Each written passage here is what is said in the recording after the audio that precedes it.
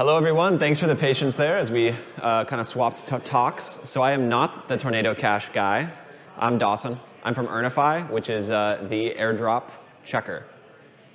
I'm going to tell you today how to scale DApps, how to go from hackathon to a growing company with no VC funding alone.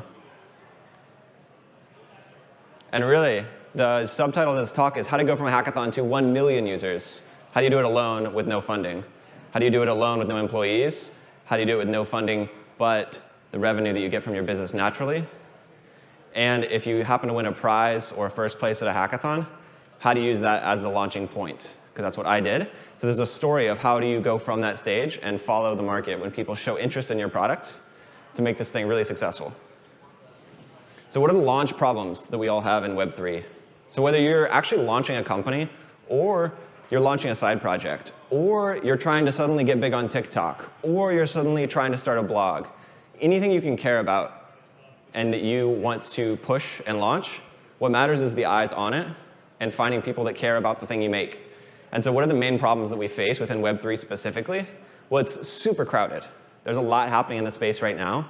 And so you really need to stand out from everyone else if you hope to get noticed, and if you hope to continue anything beyond just the hackathon stage.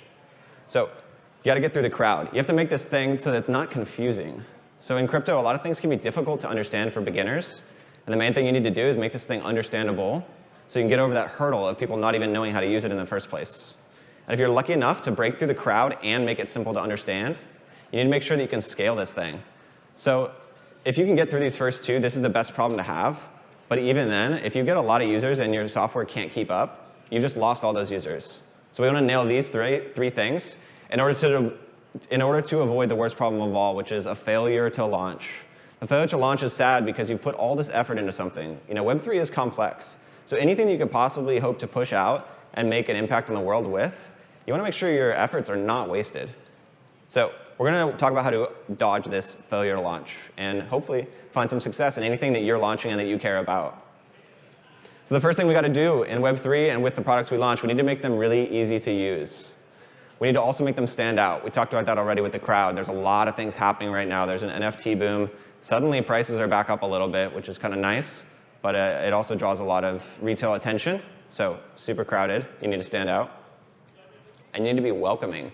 This part hasn't been mentioned yet, which is like whether you're going to have a Discord or whether you're going to have like some other private chat rooms or something. Like, how do you actually grow this community and make this a welcoming thing for the folks that check out whatever you're publishing?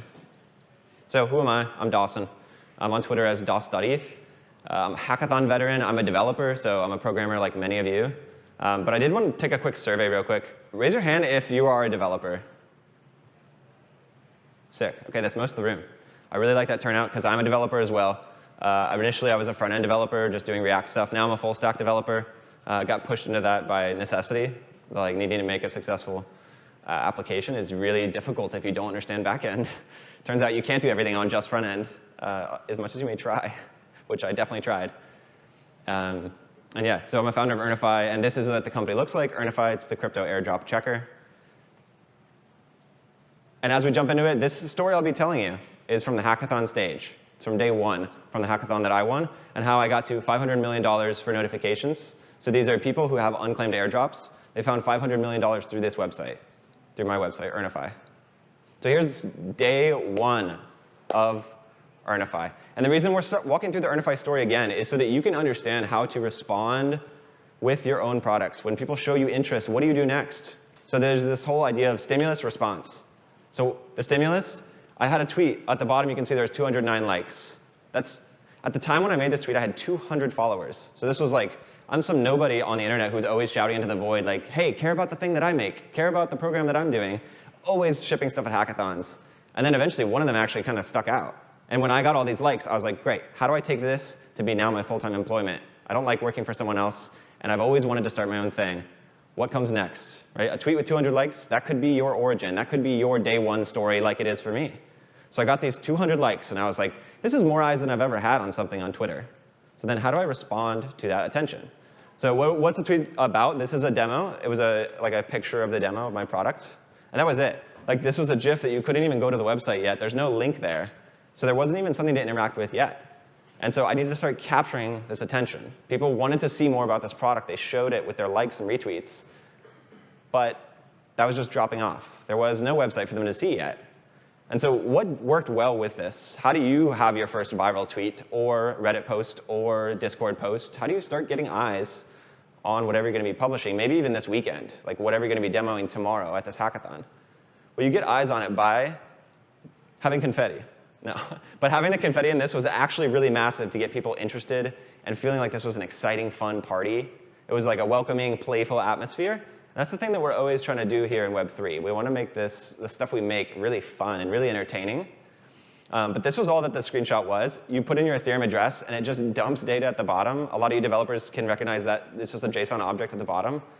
So like, you would not expect us to see something like this anywhere on the internet unless you're a developer. And yet, this already enough was what was getting the attention. So you don't have to be polished and perfect. That's the first lesson. Launch early. It doesn't have to be perfect. But when you do launch early, make sure that you nail a couple of the simple things so that you can capture that attention and give the people who are interested even more of what they came there for. So what were the successes on this page? Like, as I'm doing this talk, what I'm going to talk about is what were the successes and what were the failures with each of these steps that I took. So what were the successes on what you just saw? The first thing, which is critical for all applications, do not start your application with a wallet pop-up with MetaMask. That's not how you get your users. It's not how you explain your product. Because what you do right there is you actually block off everyone who is a Web 2 visitor, which outside of this room, that's like a lot of, that's basically everybody. So like 99% of visitors to normal websites don't have MetaMask installed. If you require MetaMask, you've lost those people. So the first thing you want to do actually is tell what your product is or make it immediately usable without MetaMask. And that's what mine was. You could put in your address, and it did not do anything with MetaMask right there. It was instant. So everything was loaded on the front end. This is the hackathon way. Load everything on the front end. And that's not the scalable way, by the way, because that creates slow page loads. But when you first start in a hackathon, at least, you should be able to ship everything on the front end, assuming there's no like authorization. And of course, like make sure what you're doing is secure. But in this application, what I was doing is I was just checking people against a couple CSV files. And yeah, I did everything on the front end, which allowed you to have a 1/10 of a second response time. Again, it was one box. There was that single text input. Let me show you. So this text input didn't even have a submit button. There didn't have anything below the fold. There was no header. There was no footer. This was the entire website. And yet, that's got hundreds of views. Because right here, what I focused on was how quickly can I get people the answer. The answer that they care about is, are there unclaimed airdrops on my address? As soon as something looked like an Ethereum address, that was the submit button. So think about how do you take down every single barrier that people will use to bounce. Bounce is like, it's actually a technical term, even though it's like, hey, I'm on bounce. Bounce is the technical term in front-end development for when someone lands on your page and then leaves. And we saw earlier, bounce rate on MetaMask for most websites is about 80%. The Transact team gave me that stat, so thank you. And then the last part, what were the successes on this? I found my fans through Twitter. I highly recommend Twitter for you as well. If you're looking for crypto and Web3 fans and users, Twitter's a really great place for that. It used to be Reddit. It used to be also Slashdot and a few other places like that. Twitter is my top recommendation in that. And the last part, confetti, I mentioned. Making it playful and fun was huge. But what was this bad at? So we say, what is it good at? What is it bad at? And the reason we have to say this in every step is because we don't want to break what was good. And we also don't want to leave what was bad, the most urgent things, any longer. So we need to know what are the most severe things to fix. Well, one of the most severe things is it was really ugly, the bottom part. Like it was just a dump of some JSON data. That's really bad. It also wasn't sticky. There was nothing to come back for. So sticky is a term in product development for if something's addictive. And it wasn't at all. So what did I do? I added pictures. So here we go. These are pictures of all the assets. All you developers out there, if you're looking for assets or prices, I highly recommend CoinGecko. CoinGecko gives you prices for almost every ERC20 token and images for all of them. The images are not CORS blocked. You can load images on any external URL instantly. And it follows a really nice schema where if you can get the image, you can get the price. And then you can also load the CoinGecko page to give, if anyone wanted to read more about any of these assets that they have unclaimed, you can link them to CoinGecko instantly. So I didn't change much from the prior picture, right? I just added some photos here. There's also now a footer. So starting to add out more of a website. And the important thing is don't optimize too early. Follow what people are interested in and what your customers are asking for. Don't build and over-optimize early. And boom, I made basically the exact same tweet, but instead, this time with the photos. So remember the first one was just the JSON object. This one's now with the photos. And then I hit a really viral tweet. This was still me, from 200 followers, like small-time Twitter guy, to now I've got almost 1,000 likes on something. And that was just like, this has always been my dream with like the Web3 Twitter scene, is to actually make something that people care about. And I'm seeing like, wow, people really care about this. So what does it mean to grow that then, right? I've got more traffic again. How do you respond to this? How do you continue to grow your thing? Well, you decide what's good and what's bad. So what I just did is I fixed the ugly part, right? But it's still not sticky. Why would you come back? You use it once, it gives you your airdrop results, and that's it. Well, I realized people probably want to know about future airdrops. If you have airdrops right now, you probably have airdrops again. So why not allow you to email subscribe? So now if you can sign up here on the footer and the button, then you can actually get notified again. And what did I nail this time? What was good and what was bad about this situation? Well, this pink actually turned out to be really critical. Pink is really playful. Pink is something that you don't actually see that often on the internet. If you do a color study, actually in like UI, you see a ton of different companies actually just rely on this blue.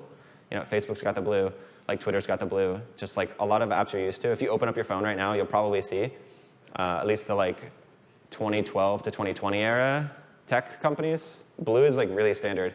And so how do we stand out? How do we be different? This is another way. So what else was nailed on this interface? So right here, this is kind of like a UX portion of the talk. How do you nail really good user experiences? And how do you create a UI that really like closes, always be closing? Like how do you create something that people will follow up on? So right here, we see in the footer, or in the header, we've got text right there. It's underlined. That text is also bolded. If you look at the text in the text input, that is not bolded. So what this does is it draws the user's eyes. You also not only have this header, you also have this button now.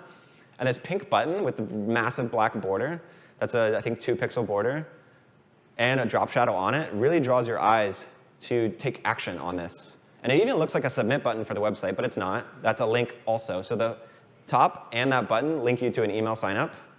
And right now in the story, that first tweet that went viral, I made at 8 p.m. on Super Bowl night in 2021. And then I added this header and this button at midnight. Like Twitter's blowing up, and I'm like, oh no, what do I do next? I'm staying up. Like, when you start to get traction, don't sleep. When you start to get traction, drop everything and figure out how do you capitalize on this to help people find more and more of the thing that they originally came for. So right here, I'm closing the loop. Now people are signing up on this email list I have, which there's no automation. There's nothing fancy yet. There's no authorization, logins, or anything. I didn't like hack together this massive backend all of a sudden. I just like found a website that allows you to capture emails. There's a lot of different email signups. They're all free. So interface, bolded, drop shadowed, underlined, I went over that. And now we come to the hackathon submission. So I mentioned the hackathon a million times, but this was right now 48 hours into, it was called Claimable. Now it's called Earnify. But 48 hours in, I submit to ETH Global. So ETH Global is an online hackathon. I recommend all of you to take part in them. They do one about every 2 months. They're fully online, and they're 1 month long. The top mentors in the business, all there to help you for free. And if you do well, you can win, and they'll tweet about you, and they have a massive reach, which is exactly what happened. So here I am responding again, stimulus response. The stimulus, a tweet from a really big Twitter account that a lot of people in the crypto space respect. But then what's the response that I need to take? Well, I need to decide and see, what are these people coming to my website now hoping for? Or what is it missing for them? Well, one thing was missing was ENS. So this is like the .eth. You see Vitalik.eth. You've seen like DOS.eth. I showed that earlier. This is really standard within Ethereum. It should definitely, like your application should definitely support this if it's going to be used by much of anyone. And resolving ENS is actually super easy and simple, but it's not like it's by default. By default, we use these 0x addresses. So boom, I added ENS support. But to follow that first tenet, I did not use MetaMask again for that. And this was another thing. Now I'm allowing you to resolve ENS names without MetaMask, which again is another point of potential bounce. Avoid it entirely. If you go to the ENS website, it requires MetaMask. You can't even resolve your ENS name on their website unless you have MetaMask, which I think is a horrific experience for if it's going to be the resolution system for the entire world. So consider this as designers when you're making front ends, when you're making back ends as well. Your applications should take the fastest possible path for everyone. And also, I used Infura. A lot of you developers probably already know about Infura. It's a great way to connect to the Ethereum network. I highly recommend it. But there is a downside with Infura, which I'll get to. It's just, the sneak peek is it's rate limited. So if you're doing stuff on your own backend, you will hit rate limits pretty quickly if your thing is catching traction, which again, it's catching traction. So okay, I added ENS support. Next, I tweet about it. So this is now, people who followed me, I was like some random guy who posted this thing that they saw because ETH Global retweeted it, and it started to gain some following. Now they're seeing me. I'm following up on Twitter over and over and over about the exact thing they came for. So at this point, a majority of my followers are people who know about Claimable. They don't even know who I am or my backstory. So like, all the people who followed my career path up to this point, that's like a really small minority. So everyone is looking for information on this. And that's what you should also always try to do, is gauge your audience. That's why I asked how many of you are developers. I'm not going to give a super technical talk if none of you are developers. But we're going to get into some more technical parts here in a sec, because now I know you can understand it, and here's some code. This is actually super funny. Like, I almost just do this as a joke to show you, you can still take hackathon-style stuff to production. No one knew that I was just taking a random URL out of this list of 5 in order to avoid rate limits. So each URL, each Infura, you get 100,000 requests per day. But not if you sign up for 5 accounts, and then you pick one of them randomly, you now have a rate limit of 500,000 a day. So this is something that I actually did for months and months in Earnify, and it's just hidden on the back end so no one knows. Like, a lot of you hackers probably know this. You can hack through some really crazy stuff. You can hack an entire back end into your front end. Like, you can make your front end look like it has a back end, and stuff just happens instantly.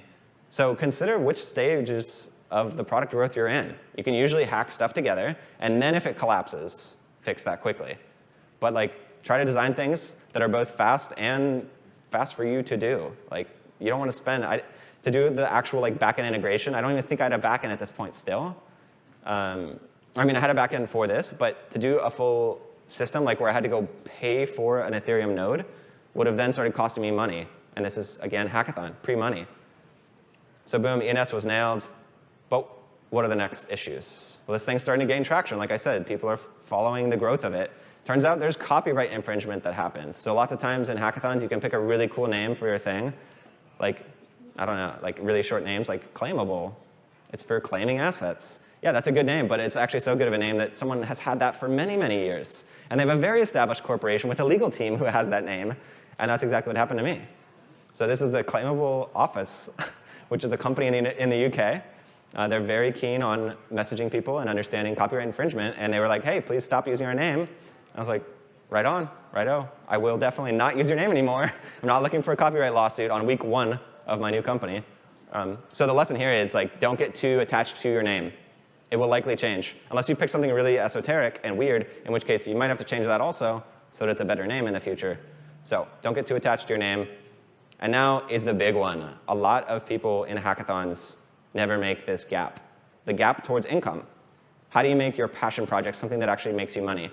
And how do you make this a full-time career? This is the stage. When I won that ETH Global Hackathon, I then went full-time. I quit my job. I went a month with no income. And now comes the time, how do you make income? Well, there's a ton of routes in Web 3. I'm going to tell you the Web 2.5 route. This is with a lot of technologies we've been using for a long time in the tech industry, like credit card processors, signing up through a username, password. And Web 2.5, some applications are really well built for that, like an email notification service. We don't really have decentralized email at this point. There are tons of different experiments happening right now. But for me, it made sense to make this a 2.5. Like, I have a database. There are logins with emails and passwords. And so how did I start to bring in income? Well, I made a paywall. This experience is something that a lot of us hate. A lot of us hate paywalls. I also hate paywalls. You know, you reach something and you're like, oh, now they want me to pay. Like right when it got good, right? Well, with Earnify, it was actually a really simple transaction. So I will only paywall you when you have unclaimed airdrops. So if you're going to pay me, it's because you're about to make a whole lot more. So with Earnify now, when you land on it, for most airdrops, you'll see this kind of situation, if you have one. This person had $795 to go claim in a token airdrop, but it's hidden behind the paywall, so that's at the point then you sign up for Earnify. So like I said, it's a very Web 2.5 method of income. But this worked really well. Because, oh, and then here is the UI for what I did for that pricing. Now I'm going to go over quick UI things that happened here that worked super well. You can see on the right the actual pricing. You've got free on the left, paid on the right. You want to explain what free does, and you want to explain what paid adds for people, like what it adds to their situation. But let's go over the UX that happened. See this pink border? There's a thick pink border on the right side. Draws your eyes there. The drop shadow is thicker. Look at the very bottom of that pink box. That draws your eyes there as well. The buttons, they're primary buttons. You see the purple background? That draws your eyes there. Versus on the left, they're secondary, the hollow. You can see on the left, it doesn't even really have a border, so your eyes can't even kind of detect where the edge of it is, which again draws your eyes to the right. And then the last thing at the right, this is really important as you start to gain traction. You see in the top right of the pink, it says the amount of premium users. This is called social validation. And that's really important. People want to understand that there are other people using this. And if you can, start to show some of your company testimonials even. Show what real users are saying about your product, because then people can go verify that it's the real deal and not just another scam. That's really important to stand apart from the scam.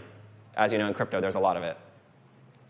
So boom, bolded, drop shadow, thick border. The last thing is the right side is 60% width. The left side is 40% width.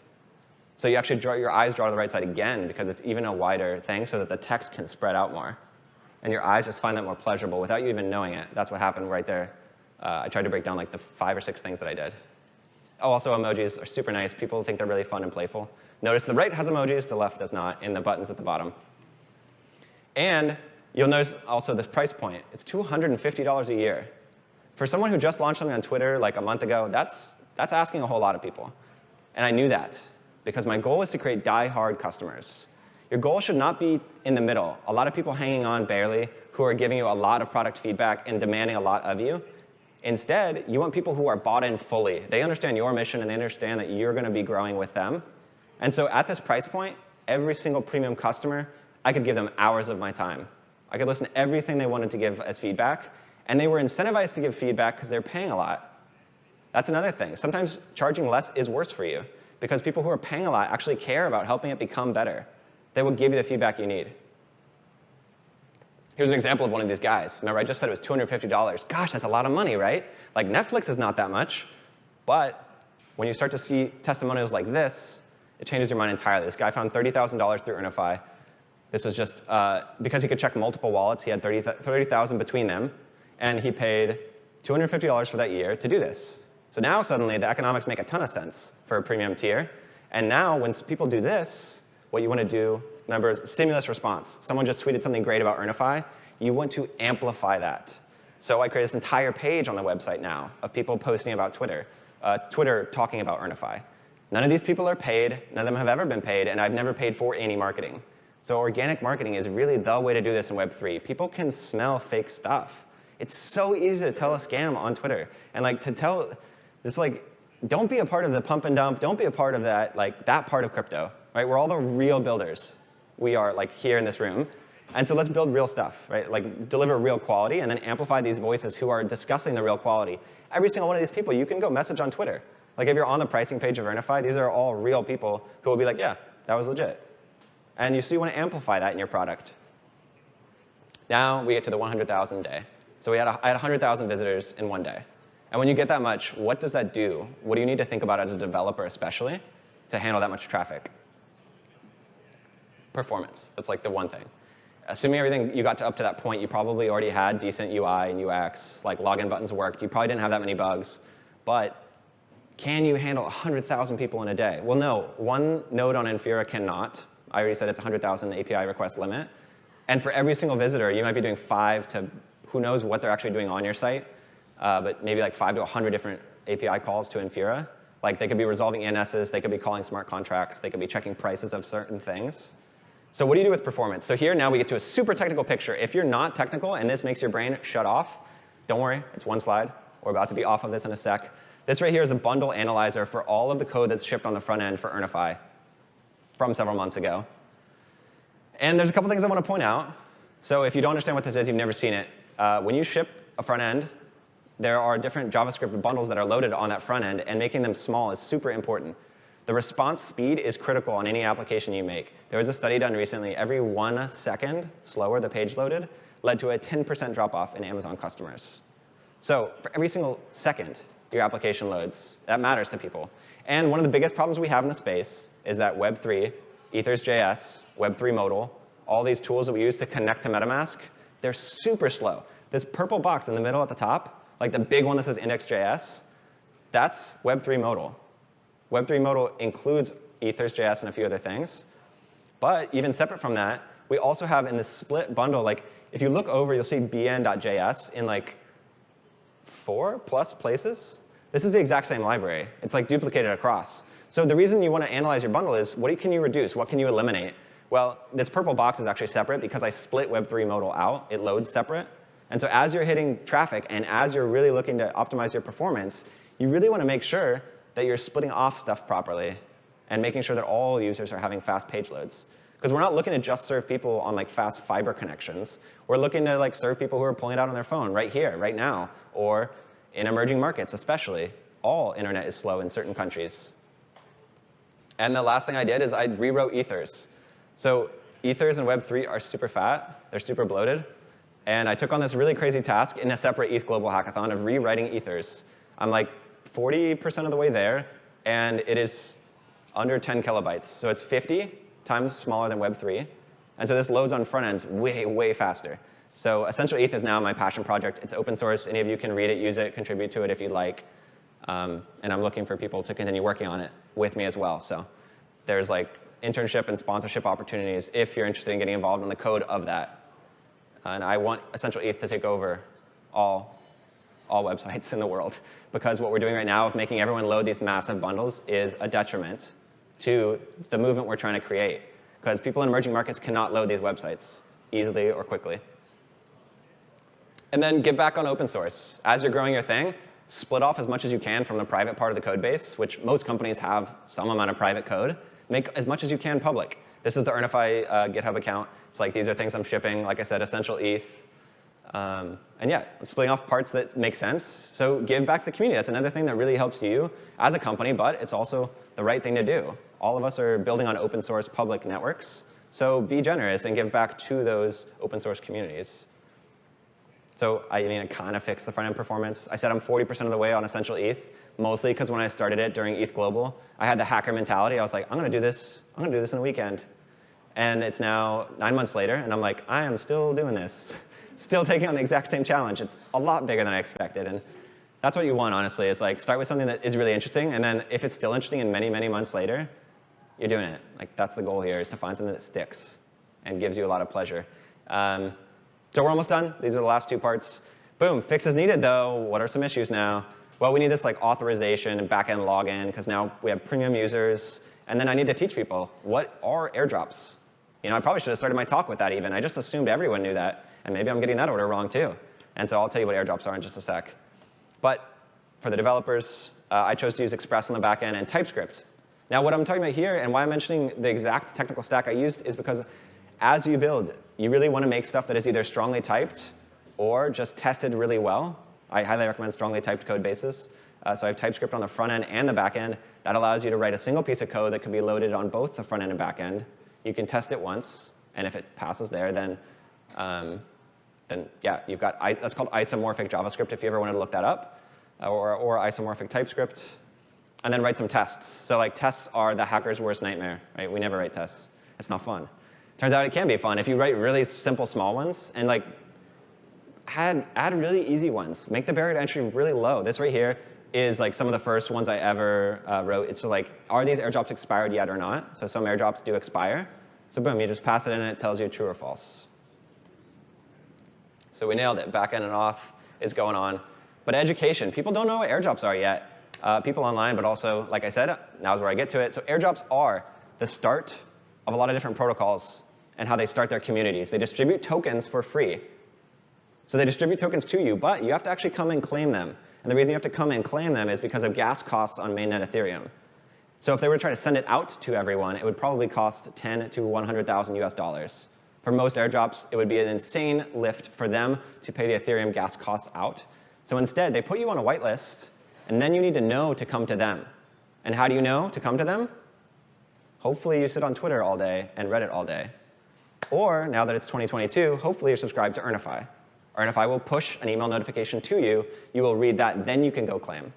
So the gas cost to go claim some of these is like 20 to 30 US at this point. But as we saw with that guy, he got $30,000. Some of these are insane how large they are. And you can totally miss it if you're not on Twitter and Reddit and you don't have friends in the space. So how did I start to educate people? Now I want to help create your own power users. This is now the next stage for your product. You want to help educate people to be your biggest champions and to be your power users. So make everyone their own like evangelist So like empower them to find airdrops, empower them to get more money through airdrops, and then they're going to love your product more as well. It's a cycle, at least for Earnify it was. And so I started documenting airdrops. I explained to them to everyone how they worked. What were the metrics of it? Like at the top, how large was this airdrop? And then in the bottom, $321 was like the average user in the Bato airdrop got that amount. So this is now education. And then how did you get eligible for it? Over there on the left. Every single airdrop has different eligibility. So farming airdrops, it's difficult. But if you're looking to, I'm the guy to chat with. I've seen every airdrop in the past year and a half. There are things you need to do on-chain in order to be eligible for future airdrops. And you don't know which protocols will do future airdrops. So I helped document some of that for 10 to 15 prior airdrops on the website. So now you can go here and start to study it if you care about farming airdrops. OK, and this is the end of this talk. What are things we need to avoid? So we went over so many things that you should try to do correctly. It's a lot to keep up with, right? Sometimes it's easier to just look at what are the things we should not be doing. So here's things that I have decided to avoid. I do not use Discord. That's a massive sentence to say in this space, right? Everyone's on Discord. All these DAOs are on Discord. I have the Bankless shirt on, which is one of the biggest DAOs in the world, and yet I have never even messaged in the Discord because I don't know how to, and I don't like it.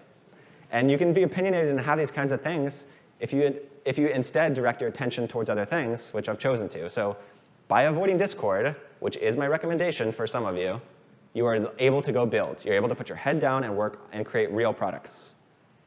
Next, avoid overly needy customers. I mentioned that with the pricing.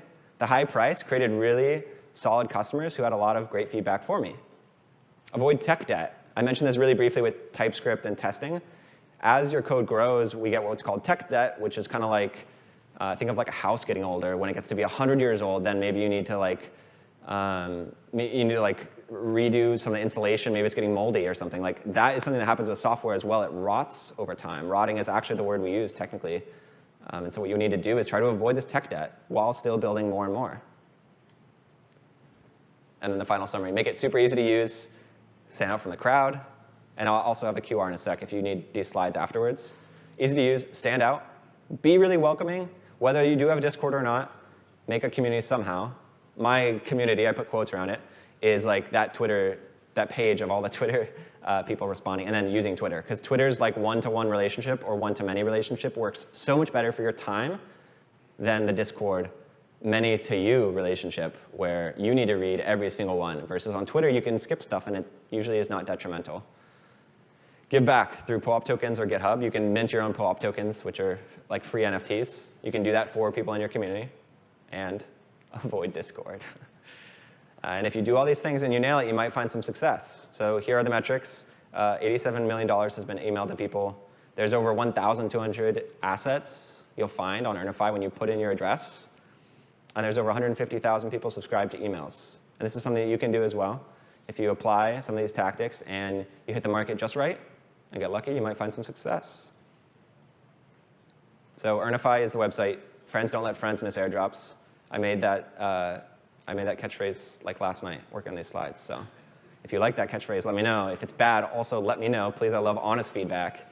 And then there's the QR to check your stuff, and then to add me on Twitter. And I'd love to add you back. Definitely come chat with me. I'll be here.